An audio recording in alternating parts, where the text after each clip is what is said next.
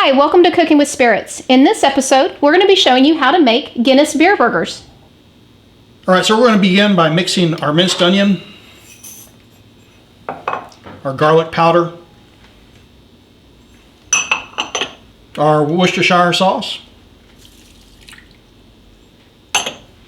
and our Guinness beer.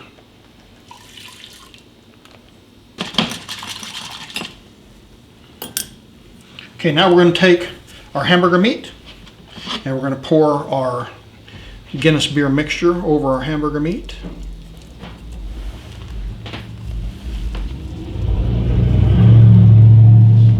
And we're going to incorporate that liquid into our hamburger meat. And you may notice that it seemed like a lot of liquid at the beginning, but as he mixes, that liquid does incorporate in and it's going to make a nice, moist, meaty patty. Now we're going to want to cover that and put it in the refrigerator for over an hour. Okay, so our meat has been in the refrigerator for right about an hour. Scott's going to go ahead and mix it up a little bit more and then start forming our patties. We cut the recipe in half, so we're going to end up with about 3 to 4 burgers. The amount that you get will depend on the size of patties you make.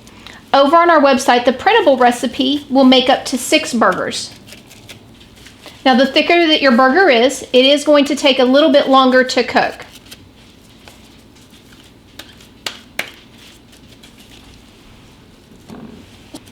Now we're going to go ahead and head outside and get our grill heating up, and you want your grill to be about a medium to a medium-high heat. All right, we're going to go ahead and put our burgers on now. Now, you know, you could cook these on a flat top if you have one. You can cook these in the house, in a skillet if you have one. You don't have to have a $30,000 kitchen to do this with, to make a good meal with some Guinness beer. We're going to let these cook for about 5 minutes on each side. All right, turning them over now. Yeah, those look real good. Of course, cook them to how you like them. Some people like them medium, some people like them medium well. Okay, I'm putting cheddar on mine, but you can use whatever cheese you like on your burgers. All right, as you can see, Scott's got his burgers topped with some cheese. I'm going to top mine with some beer-basted mushrooms. You can find that recipe over on our website. Dressings and toppings, of course, that's up to you. If you enjoyed the video, be sure to give it a thumbs up. If you're not already a subscriber, hope you'll hit the subscribe button. And be sure to visit us at cookingwithspirits.net.